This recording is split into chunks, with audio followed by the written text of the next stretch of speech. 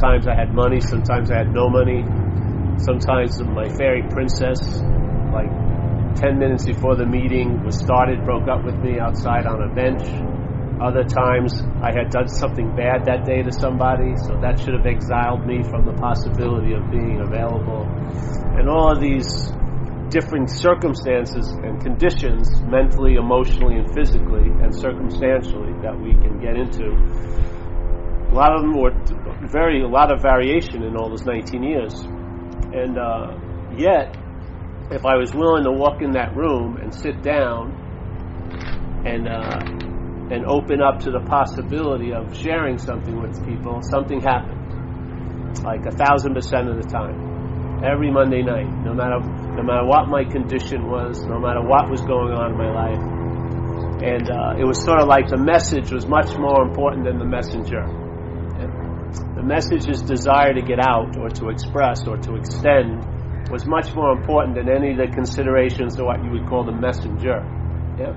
And I had incredible, intimate demonstration of that because I did it for 19 years every Monday night. And based on a lot of different... And actually, I would say the strongest condition that could have prohibited me from doing it was thinking I had done something bad to someone that day. The physical ones, yeah. But the sense of being the doer, that I shouldn't have done something, let's say, morally to somebody, usually would exile me from the possibility. But I still had the commitment, so I went in there, I sat down, and something happened, you know? And it was sort of like the feeling of it was, or the sense of it was, that there was like this hose, which is this possibility, and then there was this water flowing through it. Yeah? Now, the water wasn't a finite source, it was always like a giant reservoir, but when the possibility arose for it to flow through, it flowed through. And while flowing through, though it wasn't its intention, it would clean the hose out also. Yeah? But it had no intention of that, I don't believe. Its intention was to just bring about a possibility out here where there didn't seem to be a possibility. And you could tell that there wasn't a possibility because of the suffering that was the dominant state. Yeah? People were freaking unhappy. They couldn't locate themselves where they were. They were in what's not happening. They were being directed and defined and formed by all of these mental states arising and departing, and all of these stories about the past and these worries about a future. And so obviously there was a need for some kind of relief. Yeah? And so that hose sitting there was going to be the conduit of that relief. Therefore the relief came through. While it's coming through, the hose also gets cleaned out. Just like you've ever seen water moving through something, it cleans whatever it's moving through out while it's moving through it. Yeah? The crud can't build up in the hose if it's used every day. Just the way it goes. Yeah? The crud can't build up. And so in a way, this possibility, which was being defined by a lot of laws of physicality, I'm this, of this thing called time, of limitation, of unbelievable definitions, that sort of had attempted to box in something that can't be defined, that can't be limited, that can't be dictated by circumstances and situations. And it was sort of like something that appeared later try to precede what was always so.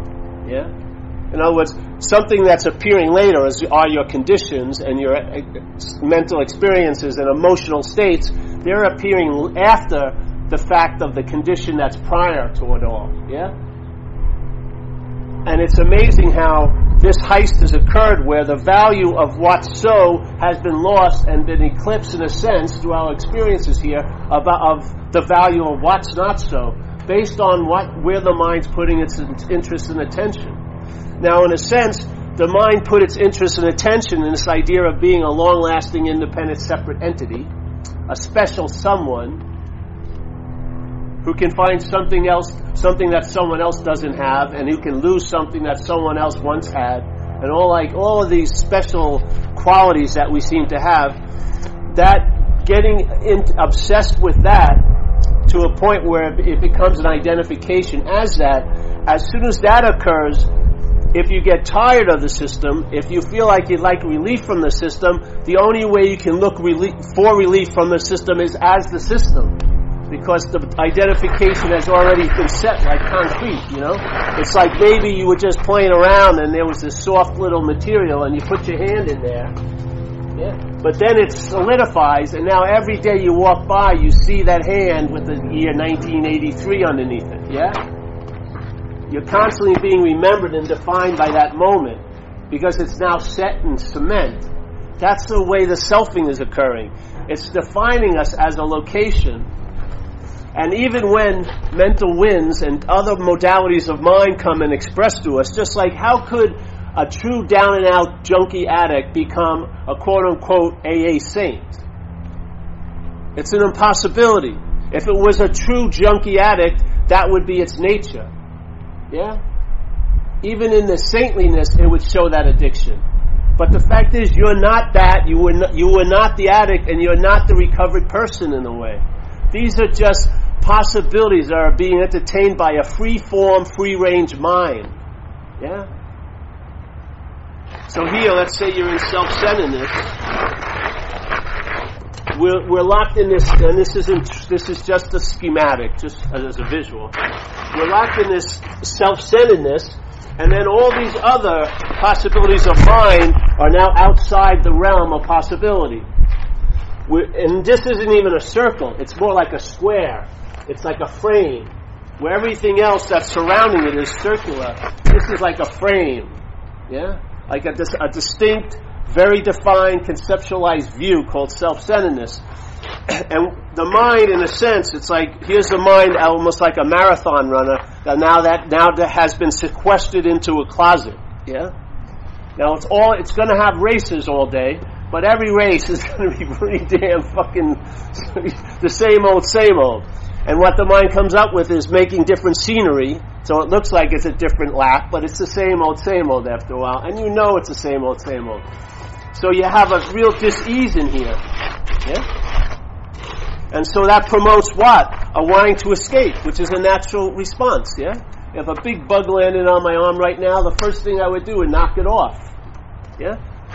And even if I studied it and knew the bug was okay and very benevolent, if it landed on me, I'd knock it off too. That first reaction would just be, get that fucking thing off me, yeah? But in this way, there's this huge possibility of mind, and then there's this mental parasite, an abstract idea of mind called alcoholism, if you want to call it, or self-centeredness. It's the same disease. Alcoholism is just an extreme subdivision of self-centeredness, yeah? So the idea of being a long-lasting, independent, separate self becomes the dominant foundation, and you're suffering the irritability, restlessness, and that discomfort, and you want to get out, which seems like it's a natural thing to do, but you don't realize the formulation of this bondage is identification as. Yeah? It's not like something like a place was driving you crazy so you could leave the place, yeah? Let's say it was Iowa. So Iowa's driving me freaking crazy. I know it was Iowa. I'm specifically clear it's Iowa, so I move away from Iowa, and you would expect relief, yeah? But in this case, a lot of us, we learn about self, and we're trying to get out of self, but we're trying to get out of self as a self.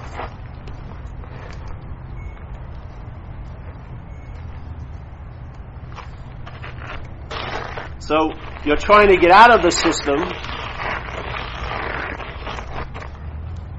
and the center of the system is identification as, yeah? If you identified as that self, now you're trying to get out of what you call the self. That self can't get out of self. Yeah?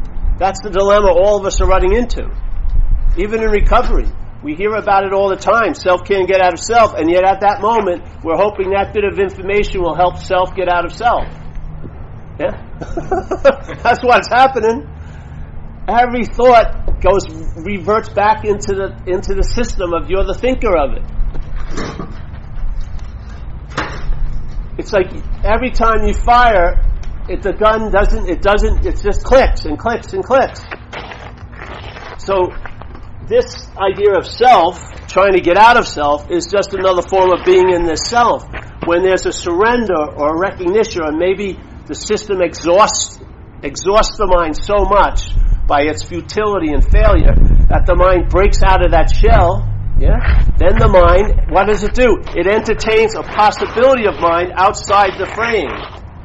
And that's why they say the problem has nothing to do with the solution. The solution is outside the problem. Yeah? The problem can't make contact with the solution. The problem is identification as a long-lasting, independent, separate entity. Identification as a doer of certain processes of the body, like thinking, believing you're the thinker of it. Yeah? You don't believe you're the digester of your food. You don't believe you're the one who's producing the synapses firing and sending messages to the muscles in the brain. That would sound absurd, but you believe you're the thinker of thoughts. Yeah?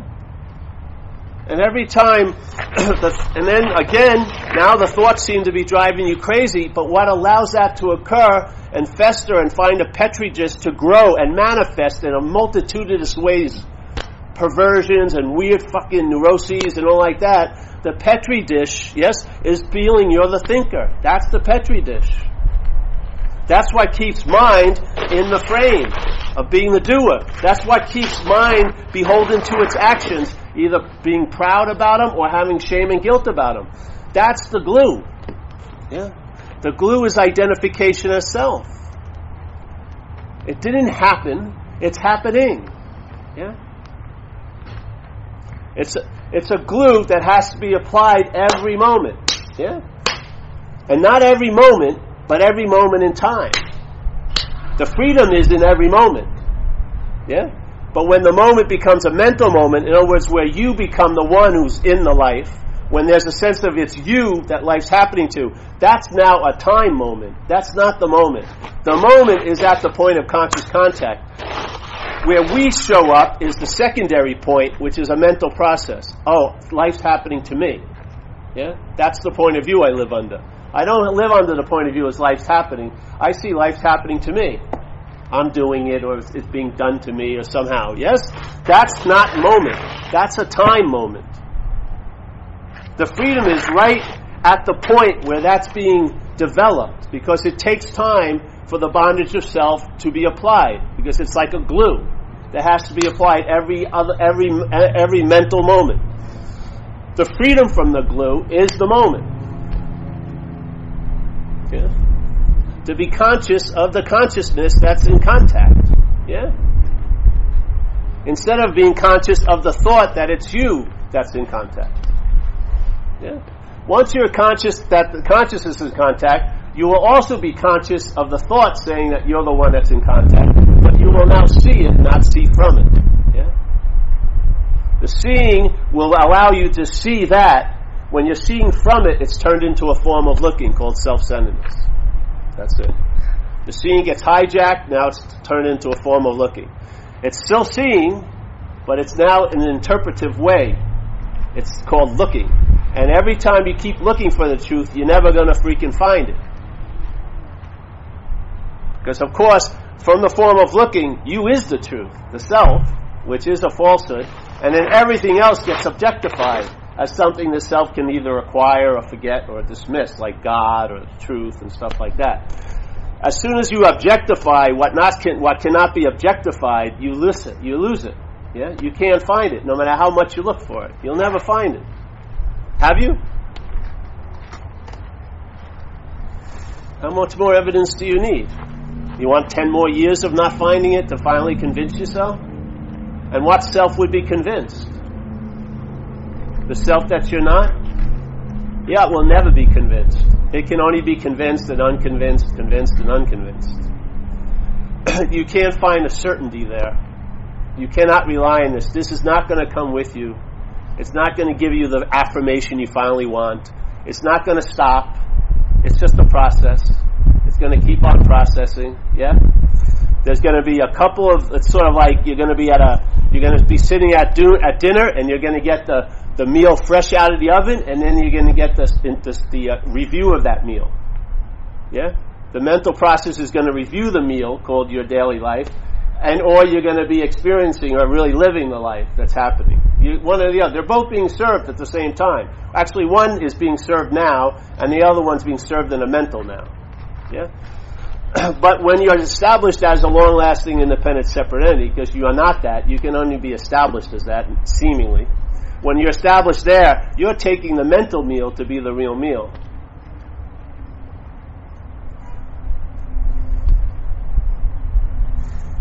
Why are we consuming so fucking much? Because we're hungry.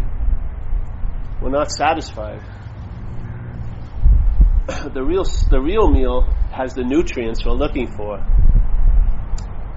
The interpretive meal leaves something very lacking. It may come in a great box, but there's no nutrition in it, you know what I mean? It's all spent on advertising, not on the real meal.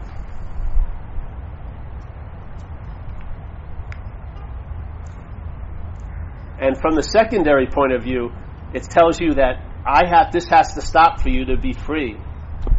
Yeah? You've got to learn how to tame this or learn how to live with it. How about realizing it's not so? You don't have to extinguish it then. You don't have to kill it. You're not in mortal combat with it. The mind will lose interest in it.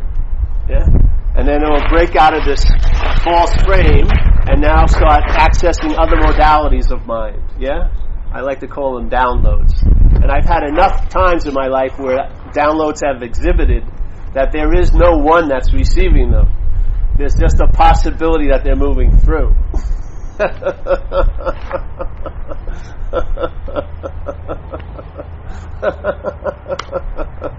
There's nobody home. Oh, I sent you a package. No, I didn't. Oh, I gave you the message. No, I didn't. There's no one giving anyone any message. It's just a download happening. Yeah? If the grace is available, it's used. If you try to prepare for it, you'll miss it. Yeah? If I have to have a get ready, get set, go room, I've missed the whole point of it. Yeah? It has absolutely no need for the functioning except to function through. This doesn't have to function it or try to function getting closer to it. It just has to be open to the possibility that this isn't a solid, inherent, organic thing that has its own qualities, though nebulous at best, you know. And I think mental experiences are my qualities, or emotional experience, or physical traits are what I am. You can't put a finger of who you are because there ain't anything there. We're just an occupation possibility. If you're in recovery and you've ever gone out, you know that it's like a possession. Something now takes the possibility you've offered. Your quote-unquote spiritual recognition has diminished. So a parasite comes and takes you over. You had 20 years and now you're out there doing exactly what you were doing 20 years ago. Sitting in front of 7-Eleven, buying a pint of vodka and isolating, not answering any calls and stuff like that. And yet, for 20 years, you looked like you were a sound spiritual being. You were not a spiritual being at all. You're just a possibility of expression. Yeah?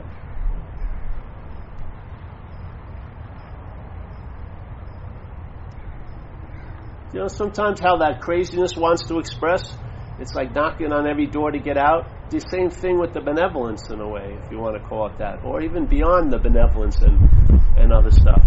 Something that the only appropriate reaction or response to it is like a deep honoring, because you have no idea, but you know it's not of this place, you know? And it's available, and how many more demonstrations do you need in your life? The dilemma is that second lock called self can't get out of self. A lot of people are attempting to proceed to what they think is the truth, but they're taking the problem with them the whole time, as them. Yeah? That's why some beautiful messages, given time and enough minds to coagulate around it, turns into a vicious machine that can provoke a lot of violence here. Yeah? Even though the message was so beautiful and sublime, as soon as it gets co-opted by the self-centeredness, it turns into what it always turns everything into. Yeah.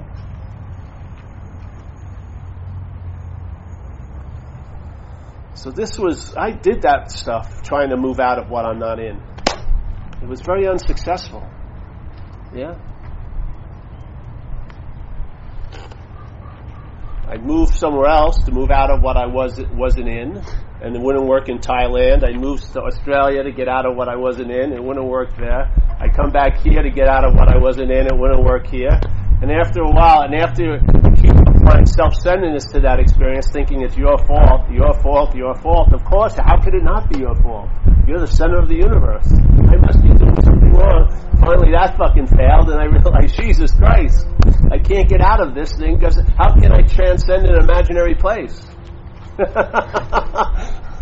It's just appearing to be so. It can't reach a culminating point where it actually becomes so. I've never seen anything that could hold its quality for a long investigation. Yeah? One day you're feeling good, something's not a problem. The next day you're feeling bad, it's a problem. The next day you're feeling good, it's not a problem. What the fuck is it? Is it a problem or isn't it a problem? Or does it have absolutely no qualities, and it's lent its qualities by the mind that's observing it? Yeah? So if the mind, which is observing this experience, is observing it through self-centeredness, voila, this is what it comes up with. Comes up with the fact that this place is separation, that me, what I am, the possibly of all possibilities, finds myself in an impossible situation. Me, the source of probably all love, now feels unloved. Me, yeah? This is what it can come up with. Look at what John Coltrane can do with one note, yeah? You can say, hey, John, riff on something. All right, what? Separation, all right. We'll just riff for days upon days and make incredible deep DVD, CDs out of it. Listen, what do you do? You don't think of mind? All right. What would probably happen to me if I was a little less independent? No! What could possibly happen to me if I wasn't long, independent, separate, and oh, what hell? This has seemed to be the same thing before and after, yeah? Before, identification as this, all these other possibilities are happening. Suddenly, this is still appearing, but now there's not an identification of the possibilities. What the fuck is going on? Are they stemming out of this, or are they stemming through this? Yeah? Is this just like the brush expressing the artist's mind? Or is it the artist? Or is it the brush that's expressing the artist's mind?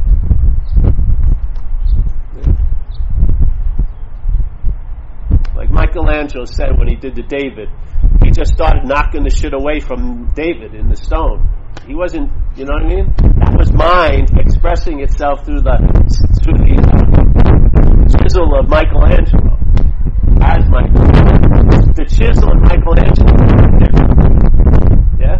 The body called Michelangelo and the chisel was no different. Mind was expressing. The whole thing was a tool. Yeah? It didn't stop here. Self-centeredness thinks this is, there's the tool and there's me doing it. It's way prior to that. It's mind. Using all these little chisels, all these little things, yeah? Doing all its little work. Some brushing doing Chinese calligraphy, other broad strokes, whatever. Yeah? Alcoholism is like a broad stroke painting of chaos and fucking despair, incomprehensible, pitiful demoralization. Just affecting everyone around them. Then someone who's really quiet does the same thing every day in a temple, let's say. It's like a sublime brush. He sees the same bush, but every day it looks different. He smells a different smell from everything. He's walking around. He doesn't have to go anywhere. Everything is so alive. It's so different every day because his mind is alive. Yeah.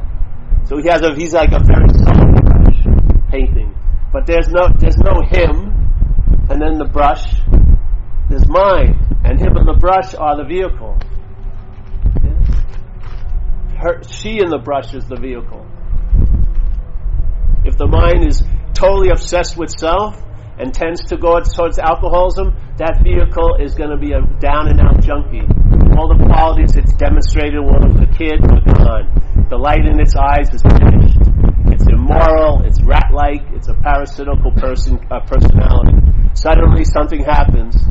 An intervention occurs, a bottom is hit, the mind shifts, something cracks open, and then that person can start becoming helpful, and even its worst characteristics gets to be used to bring out the best characteristics in others. You don't see that as mind, some power that's beyond our comprehension, working through every one of us here, every freaking bug and insect and bird and the blowing of the wind? You don't hear the echo of the artist from the painting, or the echo of the one who wrote the symphony from the planet. That's the joy here. The joy is to sense and intimate what's moving through. Instead of having life start here and proceed from this false alpha and omega, and then trying to rationalize and justify and philosophize about all the confusion this view produces, and trying to make sense out of this gobbledygook, and trying to find a way out of this place, instead of realizing, how did we find a way into this place? Through identification as self. I'm talking from the mind's point of view, not this. Through the identification of self, that was the rabbit hole. We went down. And then once you get in the rabbit hole, it's not leading you out anymore, because the identification is in place, yeah? If the primary identification is an alcoholic, yeah? You go into Buddhism, you'll become a drunk Buddhist. If you're a freaking sex predator and you become into fundamental Christianity, you'll be a sex predator in Christianity. Yeah. You clothe it any way you want, but the fact the primary condition will be manifested. All brought to you by that first keyhole that opens you up into this panoramic, fucking long linear tunnel called time and space. Yeah.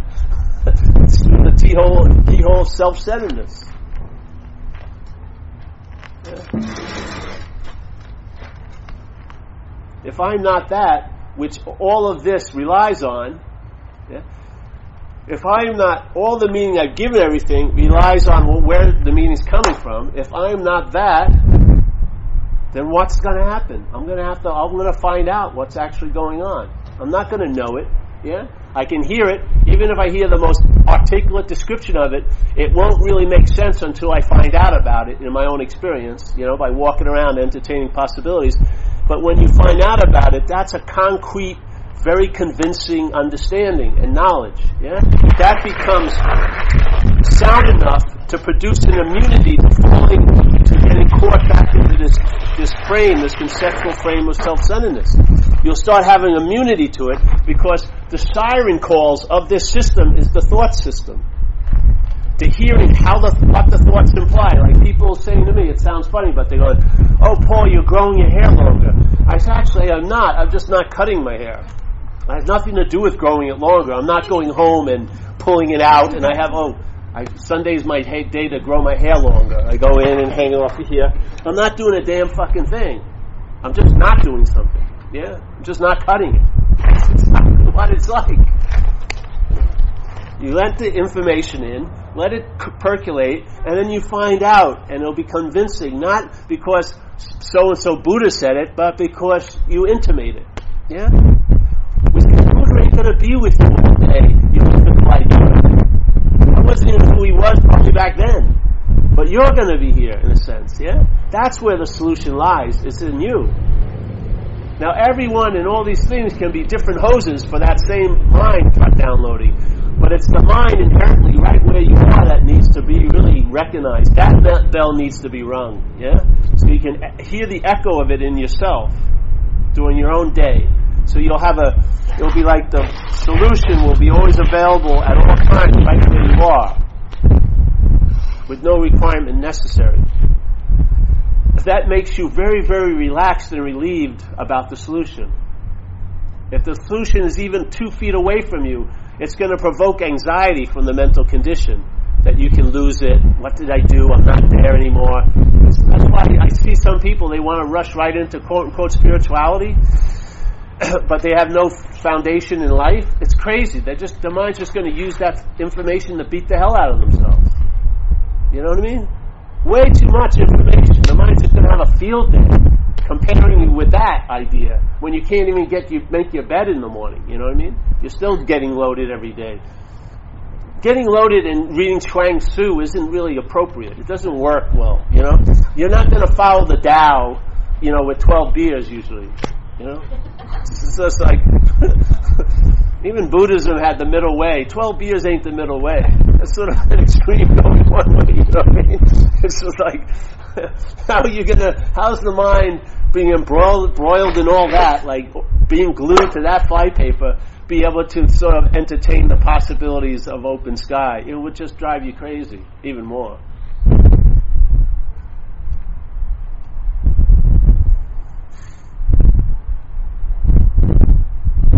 So once this occurs, it's always available, right? So when that happens, maybe this maybe humble invitation will be repeated.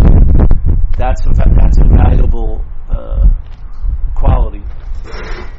We need the repetition because the mind works with images, yes, and repetition. You can see how it's used in advertising and everything else. They don't spend billions of dollars trying to study how we are for nothing, you know. They know how to manipulate people. They know how to Target did all that research, and they figured pregnant women, people who are pregnant, they're so busy they don't have time to go to all these different stores. So then they started selling produce right when you walk into Target, yeah. So that the people and you're thinking, oh, how did they come up with that idea? They've just been studying the fucking mind, yeah.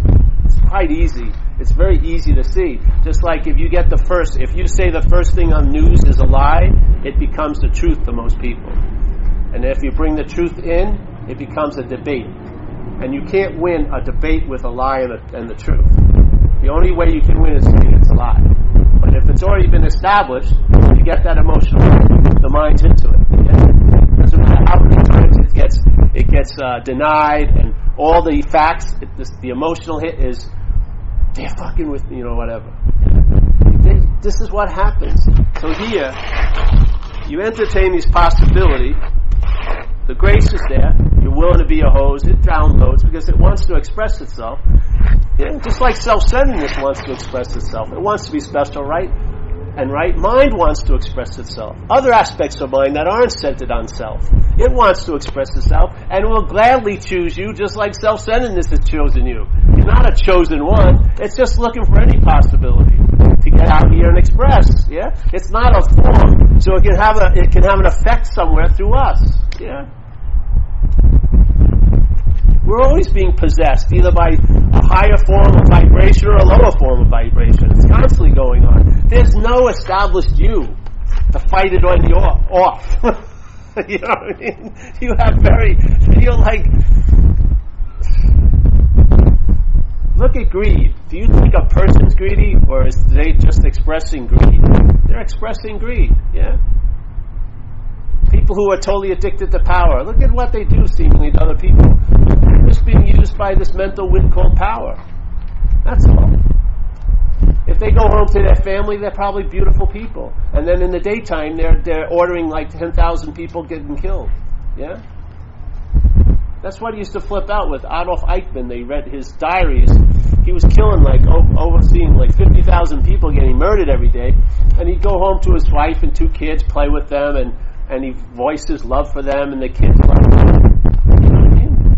There's no monster. There's just monstering. And I'll tell you, a lot of stuff can come through this one portal of self-centeredness. And if you really gauge them, I don't think a lot of them are benevolent on a high level. They're not really demonstrating much compassion and empathy. It's more me, everything for me, and then basically fuck you quite a lot. The same thing that's demonstrating those attributes will demonstrate the other attributes of other aspects of mind just as easily, yeah?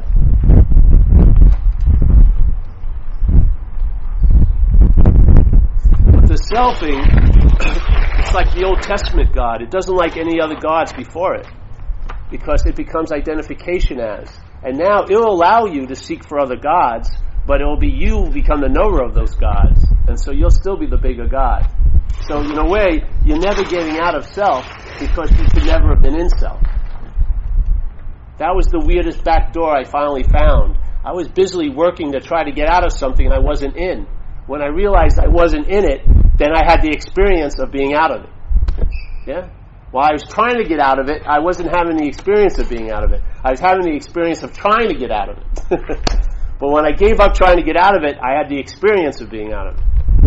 And what that experience told me about being in it is that I cannot possibly be in it. That's what it told me. That was the download. When I had a strong enough experience of being out of it, that experience downloaded that I cannot possibly be in it. I'm not a long-lasting, independent, separate entity. I don't know what I am, and I don't really care. I just know what will provoke certain possessions and will unprovoke other possessions. Yeah? And one of the great things to provoke this lovely possession is to honor the lovely possession. That seems to keep the flow going. Yeah? Produces an abstinence to the invitations of the self-centeredness, which is constantly inviting you through the thought system. Yeah? Every thought is laid as you're the doer, you're the haver, or it's all about you. The whole system, if you're listening to that all day, yeah, you're going to go into a trance. The mind is going to sort of fit itself around the circumstances and get really, really small in self-centeredness to seem really, really big. Yeah? It'll be really in a really, really small little world, but it'll be the biggest thing in it. Yeah? This is just another possibility. I entertained it, and it's been working. And the whole point is, if I said it worked, it wouldn't be good enough. It's working. It's a living verb. That's why it's good. Yeah? And if I didn't believe you could, if I didn't believe it wasn't a possibility for you, it would be insane for me to invite you to it. Really, I'd have to really look hard why I'd be doing it if I didn't believe it was available right where you are right now.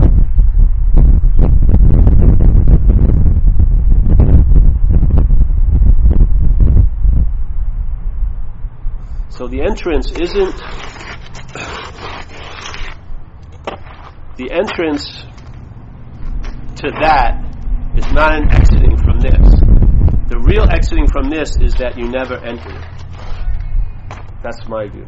Yeah? If you entered it already, then all exits are another forms of entrances to me. I'm saying we never have been, nor could we ever be, a long-lasting, independent, separate entity. All we've been is the brush for many, many different mental artists, mind artists, let's say. When we were a kid, some very spontaneous, loving, imp-like thing was expressing through us. Yes? And we grew into introspection. A thought system started taking our attention and interest, and a mental parasite started to fly into our lives. Then we got into this mine, all this, and not that, and we grew into this unbearability. We seeked relief from the system, but through the system, which caused us to become addicted to many, many things, keeping us bound to that system. Hopefully, some of us, it exhausted, it collapsed. We found a way of life that allowed us to entertain a possibility that just maybe I'm not that, and in the entertaining that possibility, we've gotten a sense of freedom from that. Yeah? These are all just different expressions of mind in this one, stretch of what you call time. Yeah? But the quality of mind inherently is just like this. Hasn't changed one bit. Everything's allowed to appear in it. We're actually appearing in this space. Everything's allowing to appear in it. Everything has its big gesture and expression, but it's sort of like an etched sketch, and then it leaves a lasting mark. And that's what our mind is truly like. And it's there. It's always here.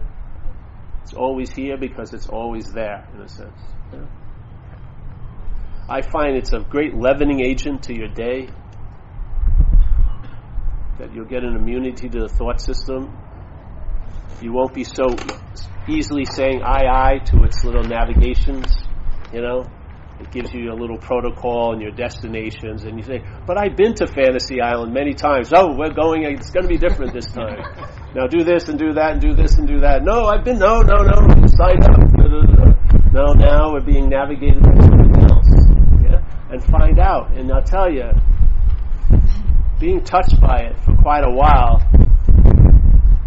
your intimation will grow of something that's so beyond anything. The appropriate response is just deep honoring, to tell you the truth.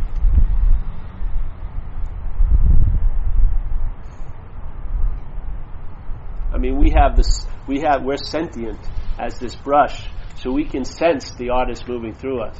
Yeah, we can sense the creativity of those fingers that are moving us around. We can intimate it by the functioning of this faculty called being alive. We can intimate what's living through us.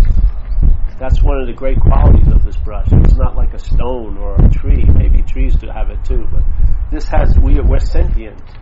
There's an awareness in us, yeah. So we can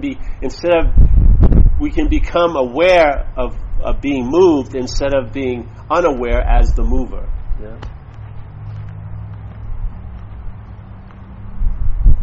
I mean, you may be special and really right a lot of times when you're the mover, but you're going to miss out on a real sweet quality of being alive, like sensing what's moving through you. I mean, really, what's the greatest joy of the hose is when the water's moving through it. Yeah, it gives its purpose and everything else like that. And that's the only way you can get to know something that's so fluid and so verbing. You can't grab it and have it. You can only sense it moving through,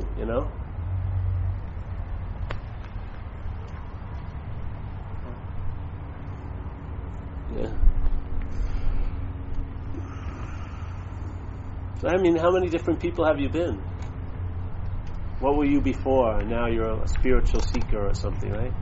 I was a Catholic kid from Long Island with an incredible, loving, super powerful Irish grandmother.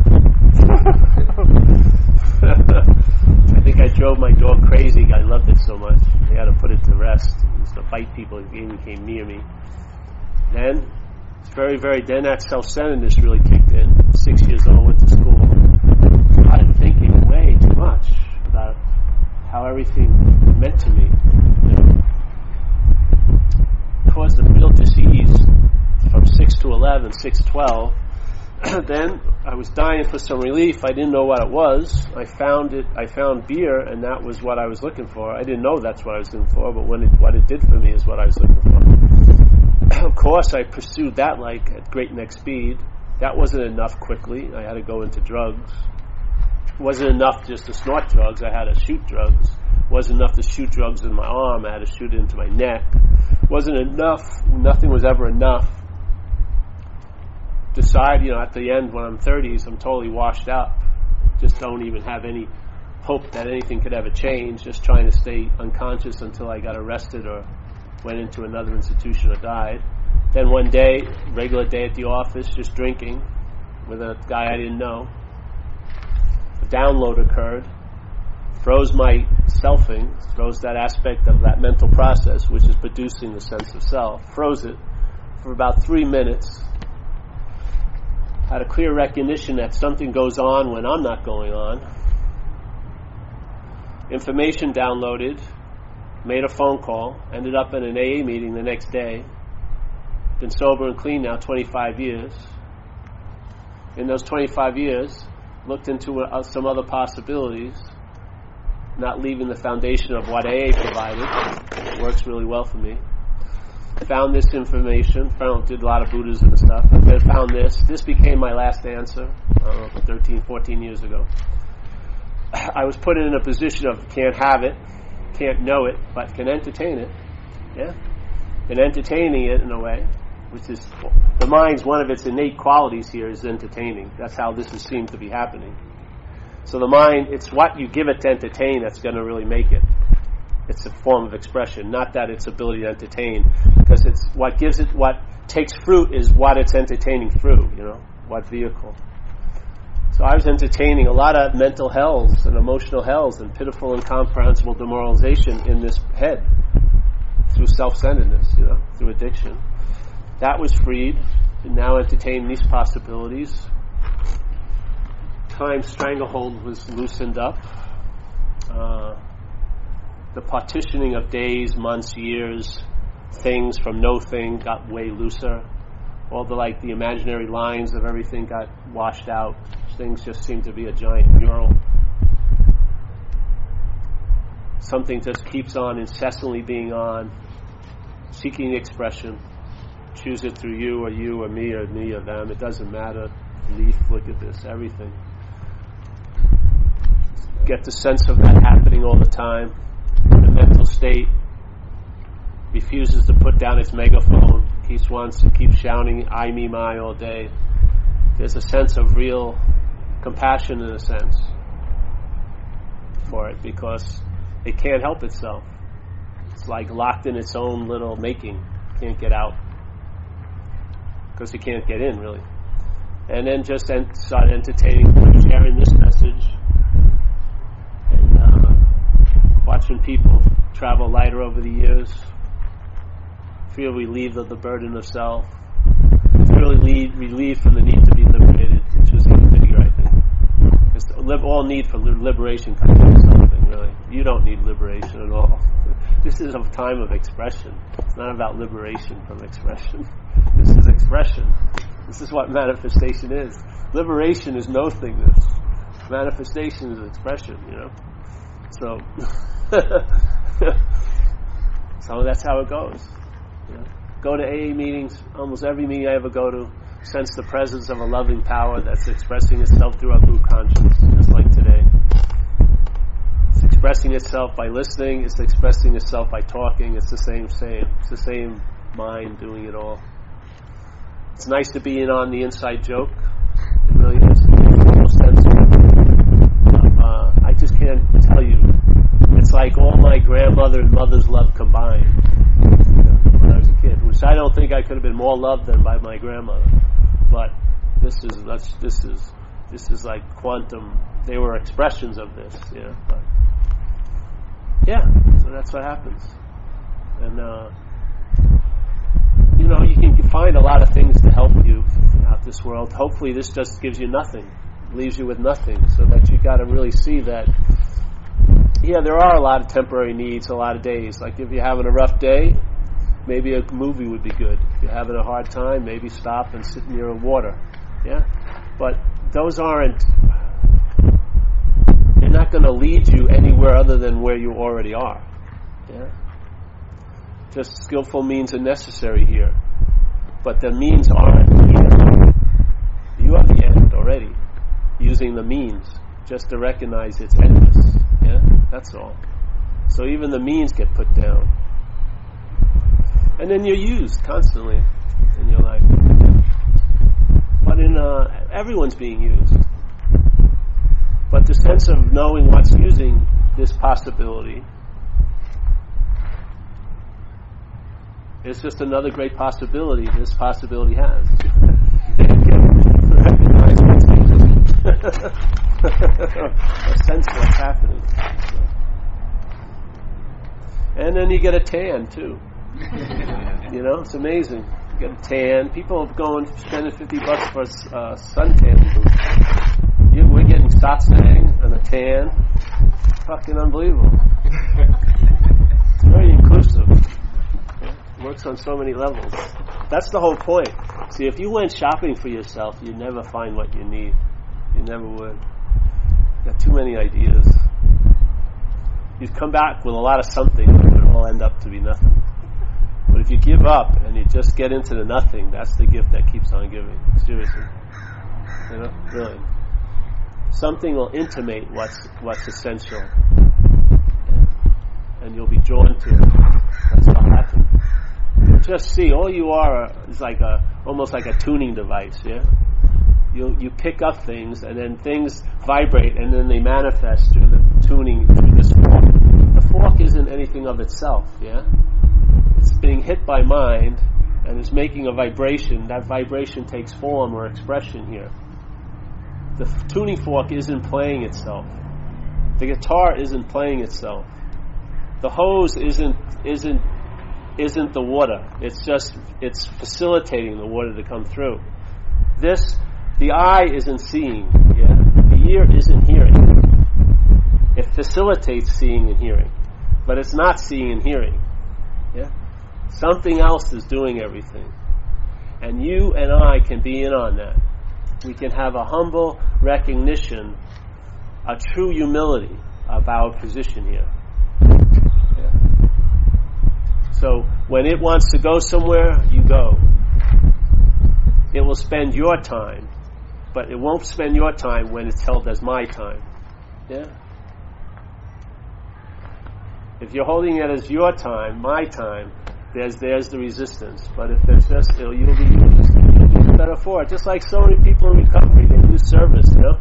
The last thing you would have come up with is service, wasn't it? When you were out there? When I was shooting drugs, coke, I was thinking, I should do some service. Maybe after this shot of coke, I'm going to go to the soup kitchen and do some service. It was the last thing that came into my head. Obviously, because I was talking, I had one download going on. Self-centeredness. That was it. Same download over and over and over again. Just changing names and, well, Victoria will be nicer than Mary. So this relationship may work because it's not Mary. Oh, okay. But there's still Paul in every relationship. That's the one constant I wasn't seeing. Why things weren't working out, because Paul was in every one of them.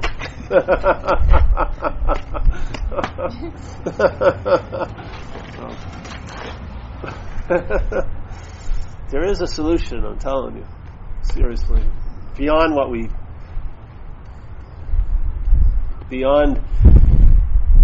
how it's been entertained by most. Yeah. It comes to really close about it, where it says the problem will now exist for you. The only way a problem could not exist for you is if it never did exist, actually. Seriously. You just finally came to the right view. That's all. The right view is it doesn't exist for you. We were in the wrong view, so it seemed like a hopeless state of mind and body. But it was only seemingly so.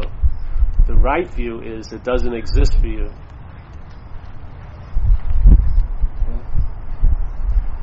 How could it have ever existed if it doesn't exist now? Of course it never existed. The highest level anything can reach here is appearance. It can't become so. It needs you to make it seem so. That's our role here, yeah? We're playing a big role. The brush, the artist can't hit the canvas without the brush, you know? The brush is we're playing a big role here. So, that's that, I think, today. Any questions?